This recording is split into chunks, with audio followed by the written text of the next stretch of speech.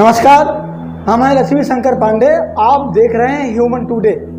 आज हमारे साथ हमारे स्टूडियो में मौजूद हैं योगाचार्य विजय श्रीवास्तव जी। विजय श्रीवास्तव जी भदोही नगर के ही रहने वाले हैं। योग और योग के साथ हर्बल विधा में भी महारत रखते हैं। हम आपसे जानना चाहेंगे, शुरू में आप ये बताएं कि योग की बड़ी चर्चाएं होती हैं। आजकल तो योग विश्व स्तर पर छा गया है, तो ये वास्तव में योग क्या है?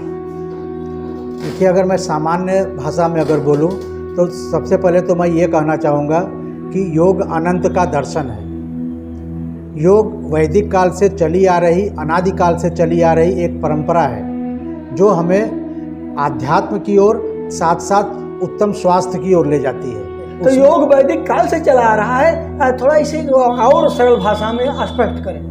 आपने जो पहला प्रश्न किया था उसे थोड़ा सा और स्पष्ट कर देना चाहता हूँ। जी जी। योग से हमारा तात्पर्य जोड़ने से है। जी। अब किसको किससे जोड़ना है जी, ये स्पष्ट करूँगा। जी। जैसे हमारे शरीर में आत्मा है और जो परम शक्ति है उसे हम परमात्मा कहते हैं। माने इस शरीर में उपस्थित आत्मा को परमात्मा से जोड़ने की क्रिया योग है। ये जैसे अनंत का दर्शन है तो अनंत का तात्पर्य हुआ परम ब्रह्म। तो माने परम ब्रह्म का मतलब परमात्मा, माने आत्मा को परमात्मा से जोड़ने की जो क्रिया है वो है योग। और दूसरी ओर एक चिकित्सा प्रणाली है, हमने कहा। तो हम इससे अपने शरीर के जितने भी आंतरिक, जैसे पंच तत्वों से शरीर बना हुआ है, तो हम पांचों तत्वों को इससे पुष्ट करते हैं, आध्यात्म की ओर बढ़ते हैं, उससे हमारा मानसिक विकास होता है। इस प्रकार योग क्या है ये स्पष्ट है कि योग अनंत का दर्शन और स्वास्थ्य का विज्ञान है। जी जी। आचार्य जी, आपने ये कहा कि वैदिक काल से चला आ रहा है जी। तो इसके विषय में मतलब केवल ये किंवदंती है या कुछ मूल प्रमाण भी है?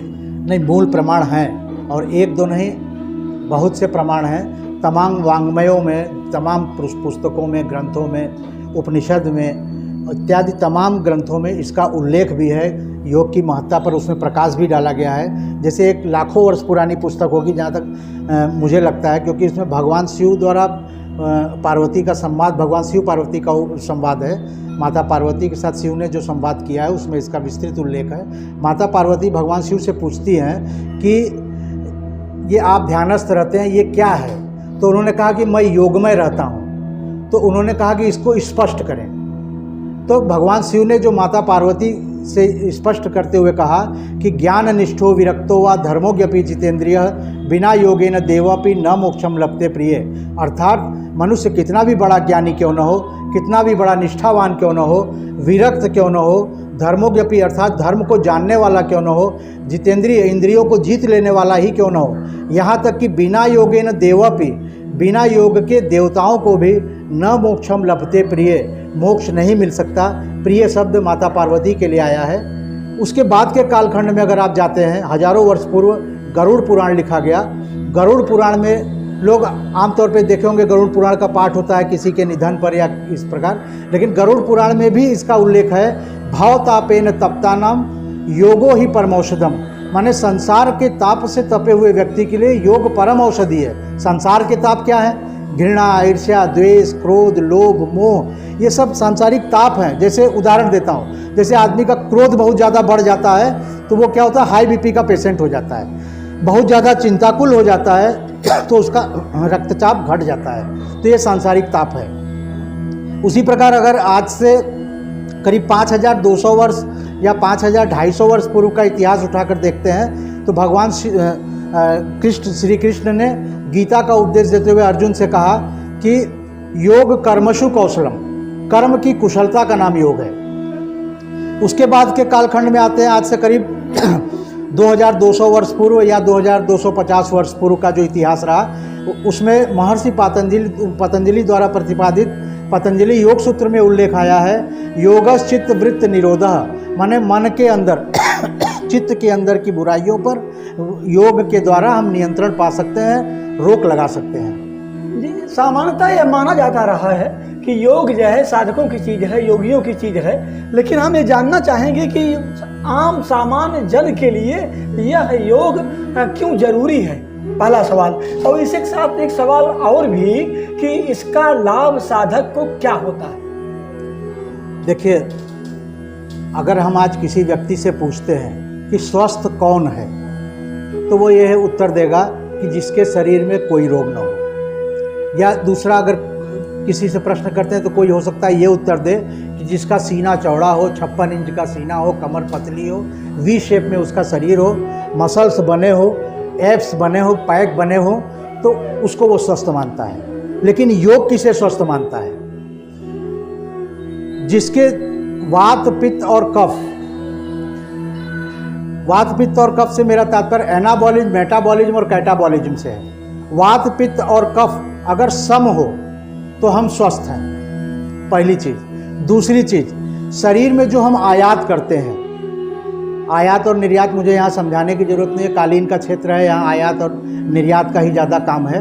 तो जो हम शरीर में आयात करते हैं, जो हम भोजन लेते हैं, वो क्या उस हिसाब से हम सुबह फ्रेश हो जाते हैं? निर्यात उस ढंग का हो रहा है कि नहीं? ये आयात और निर्यात है। उसके अलावा शरीर में विद्यमान 5 तत्व, जिससे 5 तत्व से शरीर बना है, क्षितिज, जल, पावक, गगन और समीर, ये पांचों शरीर में व्यवस्थित रूप से कार्य कर रहे हैं कि नहीं? उसके अलावा शरीर हमारा सप्त धातुओं से बनता है। वो सप्त धातु कौन से हैं? रस, रक्त, मेद, मांस, मज्जा, अस्थि और तेज। इन सप्त धातुओं से जो ये शरीर हमारा बना है, वो सप्त धातु व्यवस्थित रूप से कार्य करने। उदाहरण देता हूँ, जैसे लीवर, हम कोई चीज़ खाते हैं तो अंदर एंजाइम बनता है, वो रस है। पेनक्रियाज के अंदर इंसुलिन बनता है, वो रस है। इस प्रकार शरीर के अंदर सप्त धातु हैं, रस, रक्त, मेद, मांस, मज्जा, अस्थि और तेज। तो ये सप्त धातुएं हमारे शरीर में व्यवस्थित ढंग से बन रही हैं कि नहीं, पुष्ट हैं कि नहीं। उसके अलावा हमारे शरीर में 5 कोष हैं, अन्नमय कोष, प्राणमय कोष, मनोमय कोष, ज्ञानमय कोष और आनंदमय कोष। ये हम योग के माध्यम से प्राप्त कर सकते हैं। ये क्या व्यवस्थित हमारा सब पाचन संस्थान काम कर रहा है कि नहीं, मनोमय कोष माने आत्मबल काम कर रहा है कि नहीं, ज्ञानमय कोष माने ज्ञान हमारा विस्तृत है कि नहीं, ज्ञानमय कोष काम कर रहा है कि नहीं, अर्थात समाधि, आनंदमय कोष माने हम आनंद में है कि नहीं। आनंद का क्या मतलब है? मन और आत्मा। मन का स्वामी कौन है? आत्मा। हमारा मन प्रसन्न है कि नहीं, और उसका स्वामी आत्मा प्रसन्न है कि नहीं। माने कहने का तात्पर्य है कि ये जब सारी चीज़ें अगर हमारी व्यवस्थित हैं तो हम स्वस्थ हैं। इसे हम स्वस्थ मानते हैं, जो योग से संभव है। को क्यों अपनाएं? भाई देखिए, बहुत विस्तृत व्याख्या तो मैं तमाम पैथियों के बारे में नहीं कहूँगा, लेकिन अगर हमें स्वस्थ रहना है तो जिस प्रकार भगवान गौतम बुद्ध ने कहा बुद्धम शरणम गच्छामि, तो मैं एक योग का प्रतिनिधित्व करता हूँ, योग का प्रतिनिधि हूँ। तो मैं एक ही सलाह दूंगा ह्यूमन टुडे के दर्शकों से, योगम शरणम गच्छामि, योग की शरण में चले जाइए, अपने आप स्वस्थ होंगे। तो हमारे दर्शकों को ये बताएं कि हर्बल है क्या, ये उपलब्ध कहाँ होता है, मिलता कहाँ है? हमारे पूर्वजों ने, हमारे बुजुर्गों ने कुछ ऐसी चीज़ें जो कि पूजा से जोड़ दी, आध्यात्म से जोड़ दिया, वो सब हर्बल हैं। उदाहरण के तौर पे जैसे तुलसी, तुलसी को हम जल देते हैं, तुलसी को सुरक्षित रहते हैं। आपने देखा होगा किसी को सर्दी जुकाम खांसी हो जाती है तो तुलसी का काढ़ा, यहाँ तक कि हर पैथी के चिकित्सक भी इस्तेमाल करते हैं। ये नहीं है कि वो हर्बल विशेषज्ञ है तो ही करेगा। आमतौर पे जो अच्छे डॉक्टर्स हैं वो कहते हैं कि दवा के चक्कर में मत पड़िए, तुलसी का काढ़ा पी लीजिए, आप ठीक हो जाएंगे। अभी पिछले 2 साल पहले जो कोरोना का प्रकोप था, बहुत लोगों ने तुलसी का काढ़ा पिया और स्वस्थ रहे। इम्यूनिटी बूस्ट करता है। दौना है, तुलसी है। गीता में एक आया है, जब अर्जुन ने भगवान श्री कृष्ण ने पूछा कि प्रभु आप कहाँ हो, तो उस समय भगवान श्री कृष्ण ने बहुत सी बातें कहा, लेकिन उसमें एक हर्बल की भी चर्चा उन्होंने कहा कि वृक्षों में मैं अश्वत्थ में वास करता हूँ। अश्वत्थ का मतलब है पीपल, इसलिए कहा कि पीपल सर्वाधिक ऑक्सीजन देने वाला वृक्ष है। माने वातावरण को प्रदूषण मुक्त करता है और 24 घंटे ऑक्सीजन देता है। इसी प्रकार तमाम, जैसे आम हमारे पूजा से जोड़ दिया गया, केला को पूजा से जोड़ दिया गया, आंवले को पूजा से जोड़ दिया गया। जब कार्तिक मास में पित्त का प्रकोप ज़्यादा होता है शरीर में, तो लोग आंवले के नीचे आध्यात्मिक दृष्टि से भोजन करते हैं, बाटी चोखा लगाते हैं कि कम से कम 2 घंटे का सानिध्य तो मुझे प्राप्त होगा आंवले के नीचे। लेकिन उसके पीछे विज्ञान छिपा हुआ है। उसके पीछे ये विज्ञान छिपा हुआ है कि आंवले के सानिध्य में हम जाएंगे तो हमारा पित्त, वो कार्तिक मास एक ऐसा मास है जिसमें वात, पित्त और कफ का प्रकोप हो जाता है मानव शरीर में, और जब हम आंवले के सानिध्य में आते हैं तो वात, पित्त और कफ का हमारे शरीर में संतुलन बनता है। इसी प्रकार आपने देखा होगा आमतौर पे सड़कों के किनारे चिचड़ी, जिसे आयुर्वेद में महाऔषधि कहा गया, अपामार्ग कहा गया। अपामार्ग का मतलब ये हमारा उपमार्ग है जिसे हम भोजन ग्रहण करते हैं, और अपामार्ग का मतलब जो हम शौच की क्रिया करते हैं, एनस जो हमारा है, मल का जो मल द्वार है। तो जब हमें अंदर कब्ज बनता है, मल द्वार के अंदर पाइल्स आ जाते हैं, और वह पाइल्स जब कब्ज के नाते फटने लगता है तो ब्लीडिंग होती है, रक्त का प्रवाह निकलने लगता है। तो अगर हम चिचड़ी की पत्ती का अगर सेवन करते हैं तो हमारा ये ब्लड आना और बवासीर पूरी तरह से ठीक हो जाता है। ऐसे तमाम ब्राह्मी हैं, जटामासी हैं, जो कि इर्द गिर्द हमारे पाए जाते हैं, हम उसे नहीं पहचानते। दुर्वा, दूब पूजा से जोड़ दिया गया। दूब जॉन्डिस की, कवल की, जिसे हम पीलिया कहते हैं, पांडु रोग, उससे पूरी तरह से पीलिया ठीक हो जाता है और हम इसे उखाड़ कर फेंक देते हैं। इस प्रकार तमाम औषधियाँ, पशु हमसे ज़्यादा बुद्धिमान है। कुत्ता जो कि खेतों में दौड़ने के बाद एक घास को खाता है और घास को खाने के बाद वो वमन की क्रिया करता है, उल्टी करता है। उसको मालूम है कि उसके रोम छिद्र नहीं है, और रोम छिद्र न होने से उसे खौरा नामक रोग होगा, तो वो अपना पसीना जीभ से गिराता है, जितना गिरा सकता है गिराता है। और अगर उसे खेत अगल बगल मिल जाते हैं तो जाकर वहाँ दूब की घास को खाता है या नागरमुथा की घास को खाकर उल्टी करता है। तो ये हर्बल की उपयोगिता है।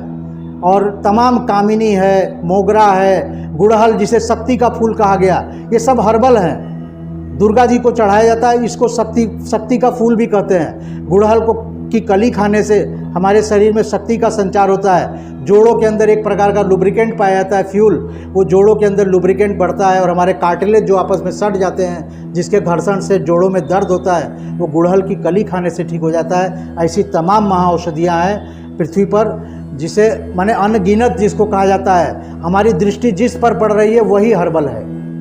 धन्यवाद, धन्यवाद आचार्य जी, आप हमारे दर्शकों को यह महत्वपूर्ण जानकारी दी, हमारे स्टूडियो में आए, इसके लिए मैं आपका बहुत बहुत धन्यवाद। आपका भी धन्यवाद। ह्यूमन टुडे के माध्यम से जनमानस को लाभ मिले, यही मेरी अपेक्षा है, यही मेरी आशा है।